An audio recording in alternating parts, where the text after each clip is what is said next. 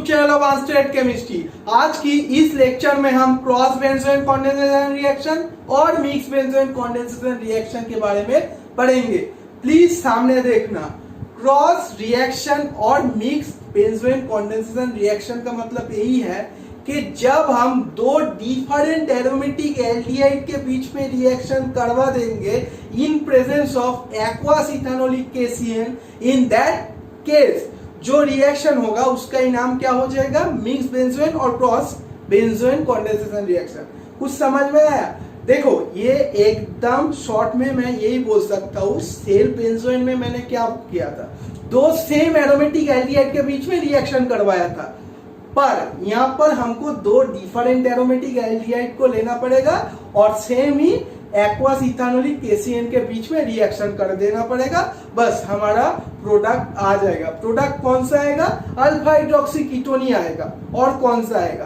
पर यहाँ पर मैं जो एग्जाम्पल लाया, इस एग्जाम्पल को अच्छे से देखना और बोलना कितना प्रोडक्ट होगा। क्वेश्चन यही है कि यहाँ पर एक बेंजल्डिहाइड दिया गया है, उसके साथ 4 मिथाइल बेंजल्डिहाइड दिया गया है और एक्वस इथेनॉलिक केसीएन दिया गया है। So total number of product कितना होगा? देखो यहाँ पर टोटल नंबर ऑफ प्रोडक्ट कितना बन सकता है, मैं बोल रहा हूँ टोटल नंबर ऑफ प्रोडक्ट 4 होगा। अब चारों में से कितना प्रोडक्ट क्रॉस रिएक्शन करके बना, कितना प्रोडक्ट सेल्फ रिएक्शन करके बना, वो भी हमको देखना पड़ेगा। देखो ये एरोमेटिक एल्डिहाइड है, सो एरोमेटिक एल्डिहाइड तो ये है, सो ये बेंजल्डिहाइड और एक बेंजल्डिहाइड के साथ रिएक्शन करके एक प्रोडक्ट जनरेट करेगा।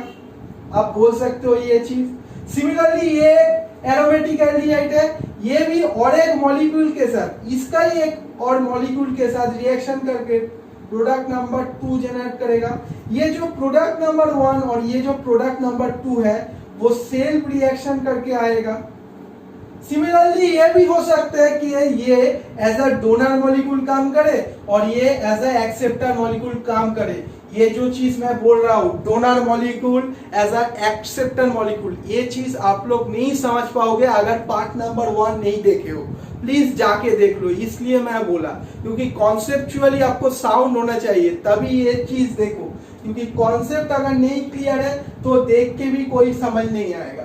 सो यहाँ पर अगर ये मॉलिक्यूल, अगर ये aldehyde molecule as a donor के तरह काम करे, एज अ डोनर मतलब ये मॉलिक्यूल एज अ न्यूक्लियोफाइल काम करे और ये एज अ इलेक्ट्रोफाइल काम करे, इन दैट केस भी एक प्रोडक्ट जनरेट हो सकता है, वो प्रोडक्ट नंबर 3 हम बोल सकते हैं। सिमिलरली इसका वाइस वर्सा, दैट इज ये मॉलिक्यूल, अरे बोलो ना, अरे ये मॉलिक्यूल एज अ डोनर काम कर सकता है और ये मॉलिक्यूल एज अ एक्सेप्टर काम कर सकता है। सो एज अ रिजल्ट भी और एक प्रोडक्ट जनरेट हो सकता है, दैट इज प्रोडक्ट नंबर 4। सो ये प्रोडक्ट नंबर 3 और प्रोडक्ट नंबर 4 क्रॉस रिएक्शन से बनेगा, क्रॉस रिएक्शन के हेल्प से बनेगा। सो इसलिए टोटल नंबर ऑफ प्रोडक्ट 4 बना। समझ में कुछ आ रहा है? अब टोटल नंबर ऑफ प्रोडक्ट 4 बना। अब हमको जानना पड़ेगा कौन सा प्रोडक्ट यहाँ पर फॉर्म होगा। प्लीज मेरे साथ नोट करते जाना, प्लीज समझते जाना और नोट करते जाना। मेरा वॉइस में कुछ प्रॉब्लम आ रहा है, इसलिए मैं तेज में नहीं बोल सकता। देखो यहाँ पर प्लीज सामने देखना।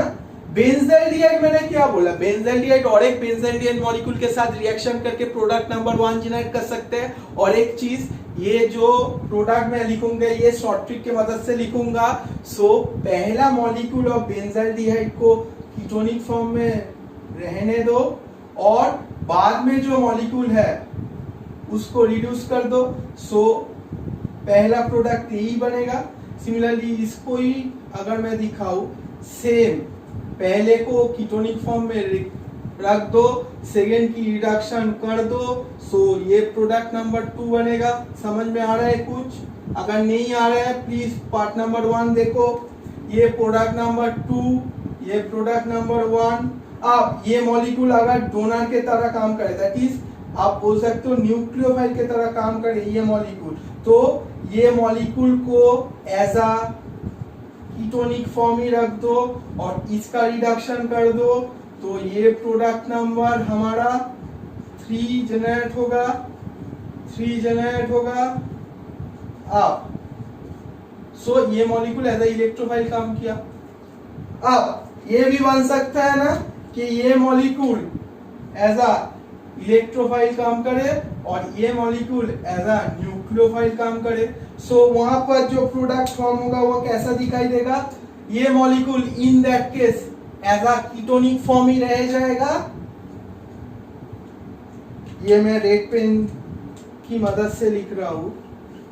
सो ये कीटोनिक फॉर्म में ही रह जाएगा और इसका रिडक्शन करवा दो तो CH OH और यहाँ पर PH। सो ये टोटल नंबर ऑफ प्रोडक्ट यहाँ पर कितना आया? 4 आया ना?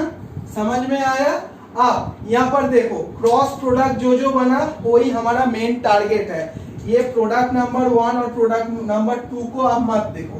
अब प्रोडक्ट नंबर 3 और प्रोडक्ट नंबर 4 में से कौन सा प्रोडक्ट मेजर जेनरेट होगा? मेजर मतलब मोर फेवरेबल कौन होगा और कौन माइनर होगा, वो हमारा अब मेन मुद्दा है, मेन टारगेट यही है। कौन सा मेजर बनेगा, कौन सा माइनर बनेगा। प्लीज सामने देखना। अगर ये मॉलिक्यूल को अगर आप अच्छे से देख रहे हो और ये मॉलिक्यूल को अगर आप अच्छे से देख रहे हो, CH3 की एक चीज एक्स्ट्रा है। क्या है? CH3 प्लस आई के थ्रू इलेक्ट्रॉन डोनेट कर सकते हैं ना? अरे बोलो ना, ये इलेक्ट्रॉन डेंसिटी डोनेट कर सकते हैं ना प्लस आई के थ्रू? अगर प्लस आई के थ्रू इलेक्ट्रॉन डेंसिटी डोनेट करेगा तो इस कार्बोनिल कार्बन की इलेक्ट्रोफिलिसिटी क्या होगा? बोलो ना। अरे इलेक्ट्रॉन डोनेट कर रहा है तो इलेक्ट्रोफिलिसिटी कम हो जाएगा। सो अगर इलेक्ट्रोफिलिसिटी कम हो गया, अरे अगर इलेक्ट्रोफिलिसिटी कम हो गया इसका मतलब न्यूक्लियोफाइल आके यहाँ पर एकदम अटैक नहीं करेगा। सो साइनाइड आके इस कार्बोनिल कार्बन पे अटैक नहीं करेगा। सो अल्टीमेटली क्या होता है? ये साइनाइड आके इस कार्बोनिल कार्बन पे अटैक करेगा और जिस कार्बोनिल कार्बन पे अटैक करेगा, अरे जिस कार्बोनिल कार्बन पे अटैक करेगा तो क्या में चेंज हो जाएगा? ये मॉलिक्यूल PHCO माइनस, यहाँ पर हाइड्रोजन, यहाँ पर साइनाइड। सो अल्टीमेटली OH में चला जाएगा क्योंकि यहाँ पर प्रोटॉन ट्रांसफर हो जाता है ना, मैंने पिछले क्लास में बोला था।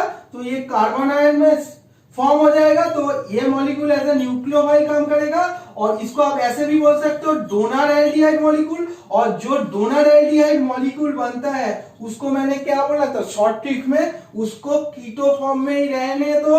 और जो एक्सेप्टर मॉलिक्यूल, अगर ये डोनर बन जाएगा तो ये तो एक्सेप्टर बनेगा ही, तो ये एक्सेप्टर मॉलिक्यूल बन जाएगा। और एक्सेप्टर की क्या कर दो? रिडक्शन करना पड़ेगा। सो रिडक्शन होने के बाद कौन सा मॉलिक्यूल फॉर्म होगा? ये कीटोनिक फॉर्म में रहेगा, इसका रिडक्शन हो जाएगा। सो ये molecule as a major count होगा और ये molecule as a minor count होगा। समझ में आया? इसको मैं रब कर रहा हूं।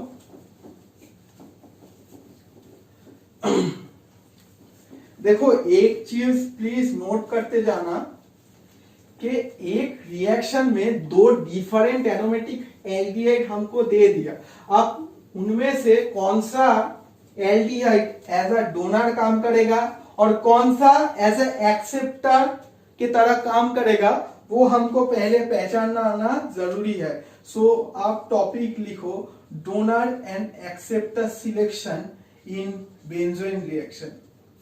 Donor and acceptor selection in benzoin reaction. एक चीज मैं बता दूंगा, आप लोग इजीली कर लोगे। देखो डोनर होने के लिए स्ट्रॉन्ग एंड गुड न्यूक्लियोफाइल होना चाहिए, ओके। और एक्सेप्टर होने के लिए स्ट्रॉन्ग इलेक्ट्रोफाइल होना चाहिए, स्ट्रॉन्ग इलेक्ट्रोफिलिक होना चाहिए। समझ में आया? तो ये प्लीज देखना, तभी आप लोग इजीली आइडेंटिफाई कर सकते हो। सो एज फॉर एग्जाम्पल, अगर मैं इस मॉलिक्यूल को ले रहा हूं, ये मॉलिक्यूल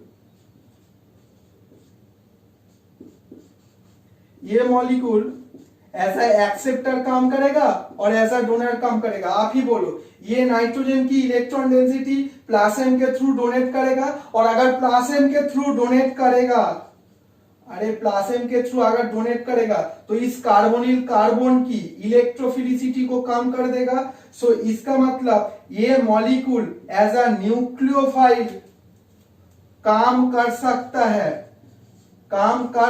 है, बट एज अ इलेक्ट्रोफाइल काम नहीं कर सकता। इसका मतलब ये गुड डोनर आप लोग बोल सकते हो, गुड डोनर आप लोग बोल सकते हो, बट नॉट गुड एक्सेप्टर। समझ में आया? समझ में आया? ये गुड डोनर के हिसाब से काउंट हो सकता है, बट ये not a good acceptor.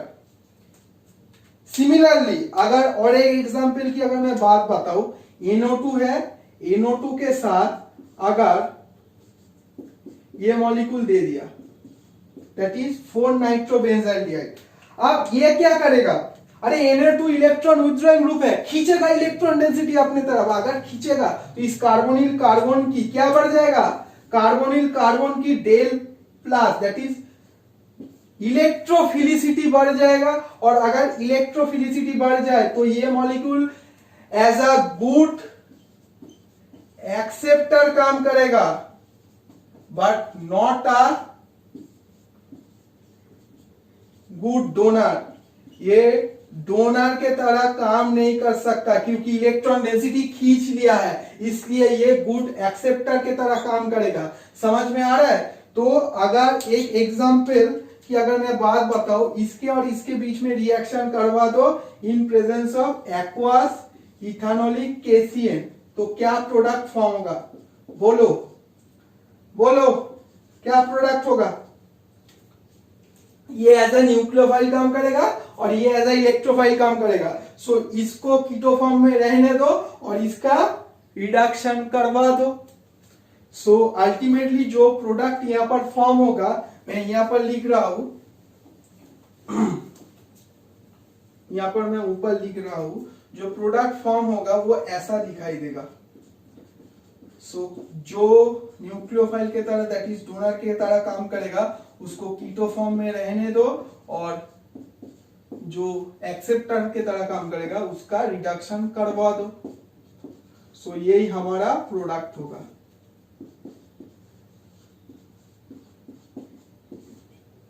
Note. सो मैं रैप करूंगा और एक क्वेश्चन दूंगा आपके लिए होमवर्क। यही हमारा प्रोडक्ट होगा। ये बहुत ही इंपॉर्टेंट क्वेश्चन है और बहुत सारे स्टूडेंट कंफ्यूज भी हो जाते हैं इस क्वेश्चन को देख के। डरो मत, एग्जामिनर को डराओ, आपका काम हो जाएगा। आप लोग ऐसे तैयारी करो कि एग्जामिनर डर जाए, वैसे तैयारी करना जरूरी है। Okay, so next question.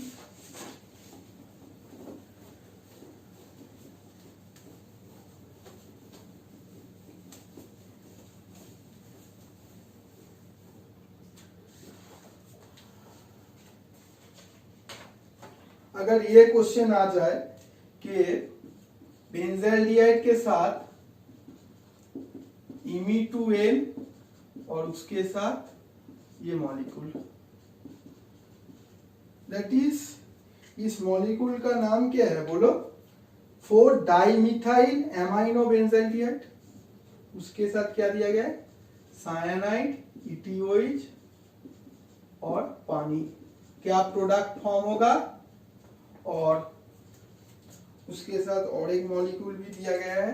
बेंजाइलडिहाइड के साथ अगर 4 नाइट्रोबेंजाइलडिहाइड के बीच में रिएक्शन आप लोग करवा दे तो इन दैट केस क्या प्रोडक्ट फॉर्म होगा?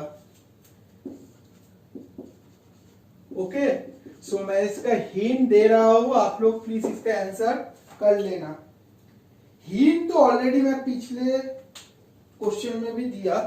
देखो क्या होगा, बेसिकली ये मॉलिक्यूल डोनर के तरह काम करेगा क्योंकि ये क्या करेगा? ये इलेक्ट्रॉन डेंसिटी डालेगा बेंजीन रिंग के थ्रू, तो इस कार्बोनिल कार्बन की इलेक्ट्रोफिलिसिटी कम हो जाएगा, न्यूक्लियोफिलिसिटी बढ़ जाएगा। सो ये मॉलिक्यूल एज अ न्यूक्लियोफाइल काम करेगा तो इस बेंजोइक कंडेंसेशन रिएक्शन की पॉइंट ऑफ व्यू से गुड डोनर के तरह काम करेगा, तो ये गुड एक्सेप्टर के तरह काम करेगा। सो इसको कीटो फॉर्म में रहने दो और इसका रिडक्शन करवा दो, काम खत्म। सिमिलरली इसके केस में अगर मैं बात बताऊं, इसकी केस में ये मॉलिक्यूल कैसा बिहेव करेगा, ये मॉलिक्यूल एक्सेप्टर के तरह काम करेगा, क्योंकि ये इलेक्ट्रॉन डेंसिटी खींच लिया तो इस कार्बोनिल कार्बन की इलेक्ट्रोफिलिसिटी हाई हो गया, तो इसलिए ये molecule as a good electrophile के तरह काम करेगा, नॉट गुड न्यूक्लियोफाइल। ये मॉलिक्यूल गुड इलेक्ट्रोफाइल के तरह काम करेगा बट नॉट गुड न्यूक्लियोफाइल। ये molecule as a good nucleophile काम करेगा, तो ये डोनर के तरह काम करे अगर, तो इसको कीटो फॉर्म में रहने दो और इसका रिडक्शन करवा दो, तो आपका आंसर आ जाएगा। तो यही मेरा हिंट था। तो आज के लिए इतना ही। नेक्स्ट क्लास में और एक reaction that is intramolecular reaction बाकी है, वो हम कर देंगे। सो वीडियो अगर अच्छा लगा है प्लीज चैनल को सब्सक्राइब करो और फ्रेंड्स के साथ शेयर करो। थैंक्स।